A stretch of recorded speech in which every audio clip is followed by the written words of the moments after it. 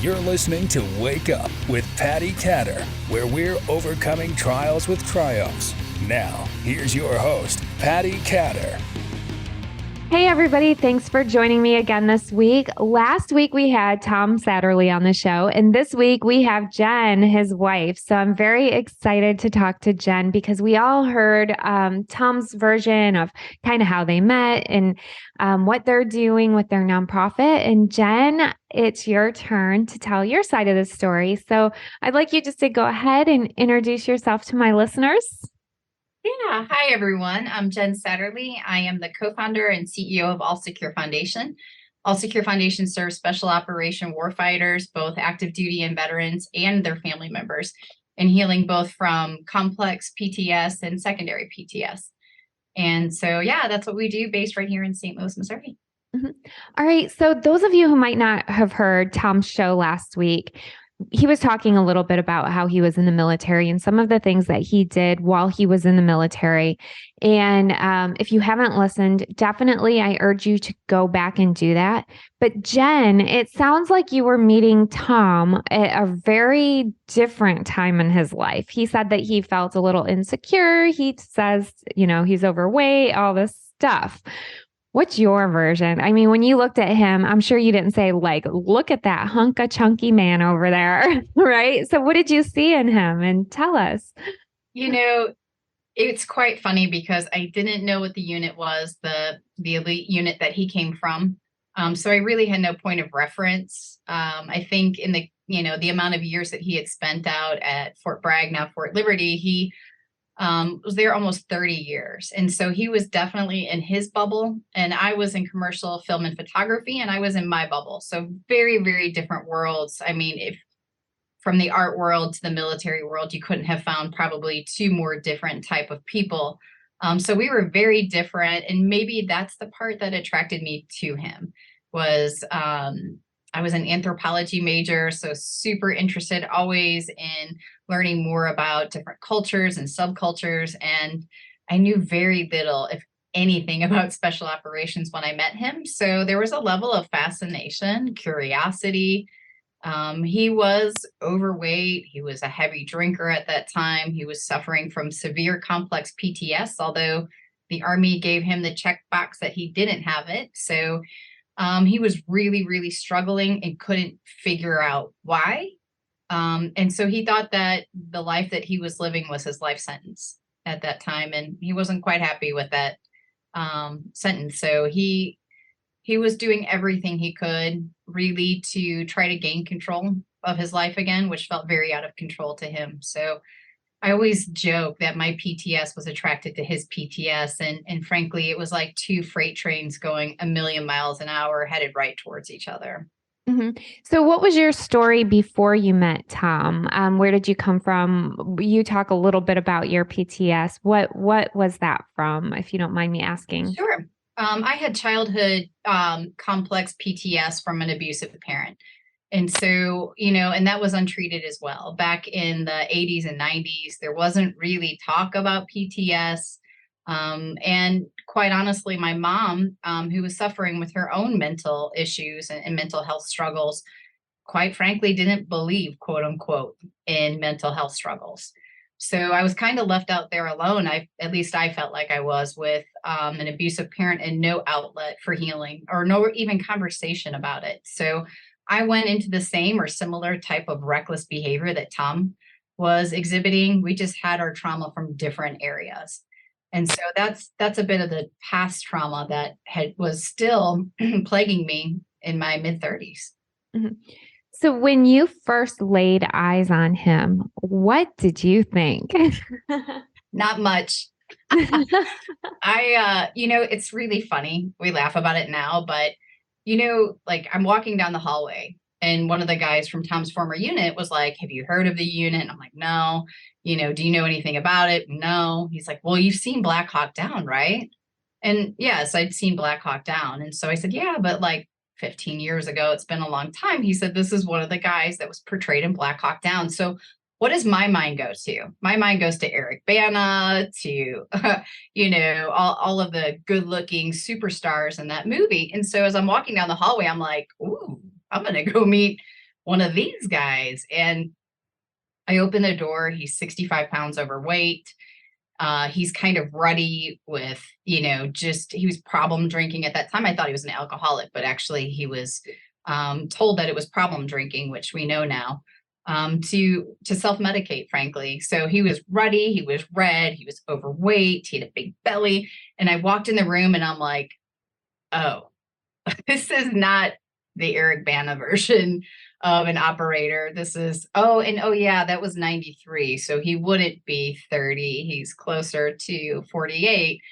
So I wasn't impressed. I don't know that he was really impressed by me either. So it was not this, Hollywood beginning by any means. Mm-hmm. What was I didn't ask him any of these questions. What was your first date like? I mean, was it a date, or did you actually just go out as friends and you're just kind of getting to know each other? Or? That's exactly it. We started working together, really. And through working together, we got to know each other. I don't know that we even had a first date, because it evolved from friendship into a relationship kind of over the time that we were working together. So we had spent a ton of time together already by the time we had gone out, I guess, just the two of us. Mm-hmm. That's interesting. That's super interesting. Not very many people know this, but when I met my husband, it was kind of the same thing. Like, he had just got out of this recon thing. I had no idea what it was. I was kind of clueless. And I mean, he wasn't overweight. He was literally just getting out of the Marines, but still, it wasn't like I thought it was going to be. When I heard like recon and I did research, I'm like, you think of, these just movie stars, right? Yes. So, yeah. and How they're portrayed. Yeah. And, some of my civilian listeners, especially you guys, listen to this because we look at these movies and we take them as real life. And a lot of these military families, you expect them to be picture perfect, but the reality is there's a lot that goes beyond, I can't even talk today, behind closed doors that you don't see, that are really difficult times sometimes, because what you see in the movies looks like it's glorified fighting and things like that. But in reality, they're real people losing real friends in war. So, Jen, when you started to get to know Tom and you realized that, hey, he has these anger issues, because he said one of the problems that he still deals with a little bit today is his anger goes from like 0 to 7 very quickly. Sometimes he's gotten it a lot under control. But what were your thoughts? Were you thinking like, oh my gosh, what did I get into? I'm going to take off? Or it sounds like you kind of did sort of that, but then also sort of opposite. Yes, all of that. I recently did an interview and she asked me, did you feel trapped? And it was the first time someone had asked me that. We've been together for 10 years. And it was a really difficult question to answer. But the answer was yes. There were times in the past that I absolutely felt trapped in our relationship.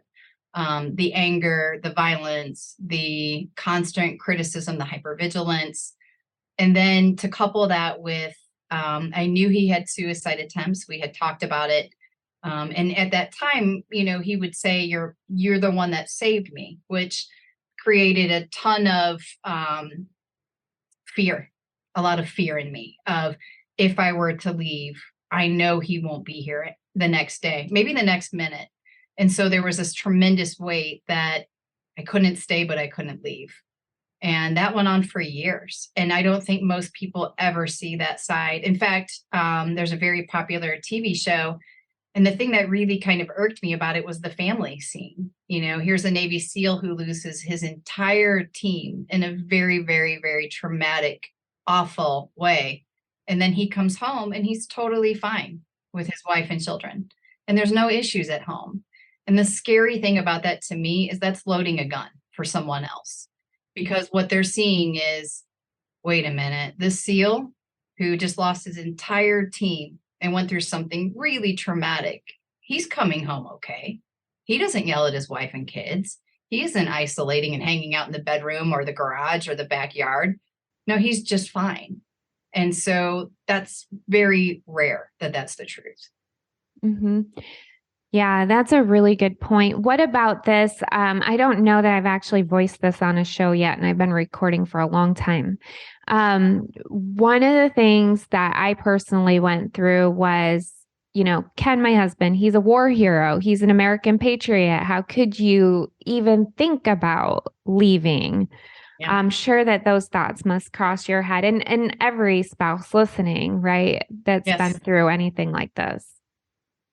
100%. There's this complexity that I think isolates us as spouses, because when it's good with my husband, it's the best I've ever had. I mean, truly, we are each other's best friends, soulmates, spiritual partners, everything. And it is tremendous. It is amazing.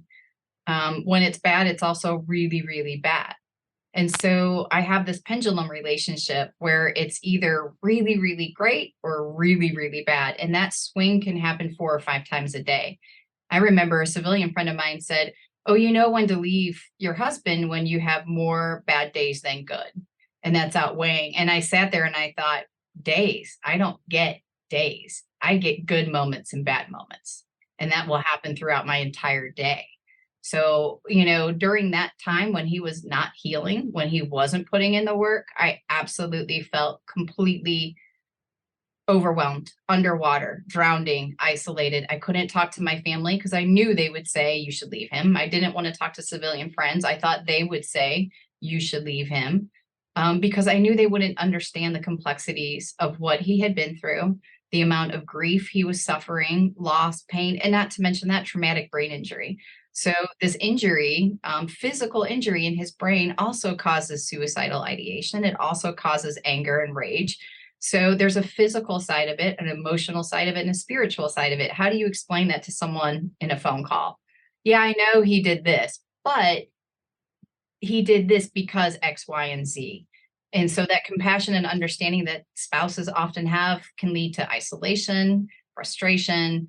And people will often ask me, "Why did you stay with Tom?" And I will tell you 100% because of his willingness, period. Willingness is that every time we had something bad happen, he fessed up to it. Immediately, he took responsibility for it. And then he said, "What's the next way forward? How do I deal with this anger or this rage or this hypervigilance?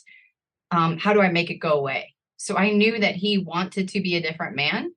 I knew he didn't like the place that he was in, and I knew he was willing to put the work in. And that's where I hear the greatest disconnect with spouses is either the willingness or unwillingness. Is he willing to get the therapy and the help that he needs, or is he in a place where he's going to shove it under the rug and pretend like it doesn't exist? That creates two very different type of relationships, frankly. It does take a lot to admit also. So I give him a lot of lot. credit for admitting, because honestly, when I asked him what's one of your trials that you've had or, went through, are you still going through it? And his response was at the anger. And not many people will get on a show and say, "Listen, hey, I have anger outbursts." And he said, "It's not as bad as it used to be, but I still do it." I mean, not many people will do that. And he also talked about how in his book, he writes about all of the things that he screwed up on. And I thought that was really an interesting approach and a really great approach. What about you? You have a book out. What is it about? Arsenal of Hope really was a continuation of Tom's book, All Secure.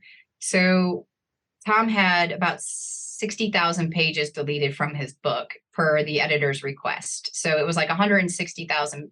And they're like, "Nope, it needs to be 100,000. So kind of essentially the back end of the book, which it talked about the foundation, how he healed, tools for healing. The publisher didn't want that part. So that was really frustrating to me. I'm kind of more of a self-help reader. Like my shelf downstairs looks like the Barnes and Noble self-help section. So I was frustrated because, so many times people will tell you their story and you read it and you're like, "This is really inspirational. I want to make a change too."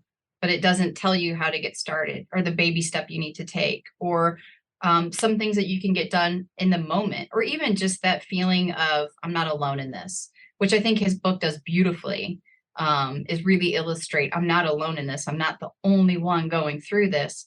but I wanted to write Arsenal of Hope as a self-help manual. So versus it being my memoir or something along those lines, it's a collection of not only my story with Tom, but all the warfighters that I had been talking to in the last, 4 years that we had the foundation. So our story, other stories, and then some tools and tips right in that book to get you started to acknowledging the PTS or the trauma that you have and steps that you can take immediately to start healing from it.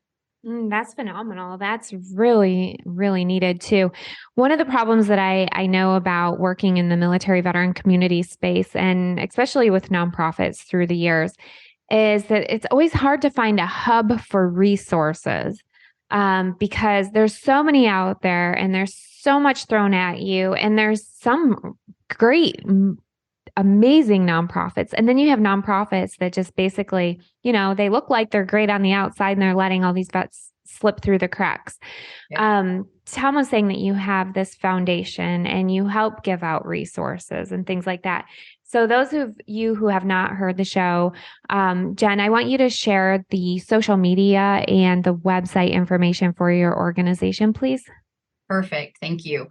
Resources are critical, and just to let people know, there are so many. There's 45,000 veteran organizations, and I get that all of them aren't great, but that's why myself and Tom and other organizations start vetting other nonprofits. And we're actually partnered with military MSOFC, so MSOFC.org, and they have a very comprehensive resource directory that has been third-party verified. So actually, when you go to allsecurefoundation.org, we're going to point you to them because they spent 3 years on this directory, and it's very comprehensive. But we share information every single day, tips, tricks, tools, articles. So if you go to allsecurefoundation.org, we also have all of our social media links there, but you can find us on LinkedIn, Instagram, and Facebook is All Secure Foundation. Mm-hmm. Amazing. One of the questions that I ask my guests is, what's one trial you've been through in your life, and how have you overcome that trial with triumph, or are you still working on it? Ooh, I'm a serial people pleaser. And I think that's a big part of not having my trauma treated and going through it for a very long time. I think women are also naturally raised to be people pleasers, but when you have trauma on top of it, I had very, very difficult time with boundaries, saying no, and really got to a bad place of burnout. And so I learned to put my oxygen mask on first, starting those difficult conversations of saying no and understanding that no is a complete sentence.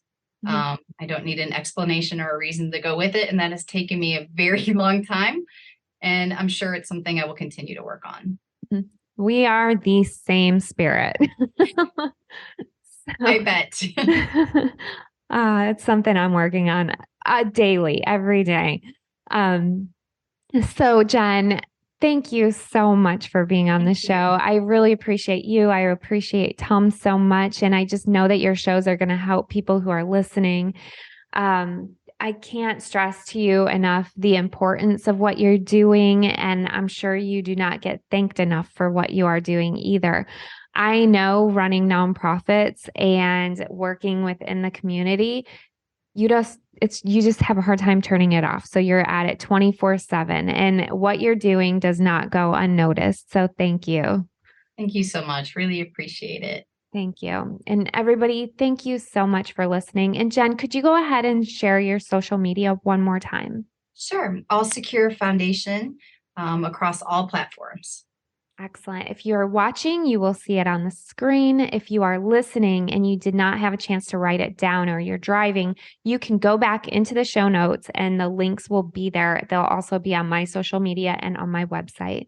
So thank you everybody for tuning in. And Jen, thank you so much for your time, your dedication, and all of the things that you're doing. Thank you so much. You too. Thank you.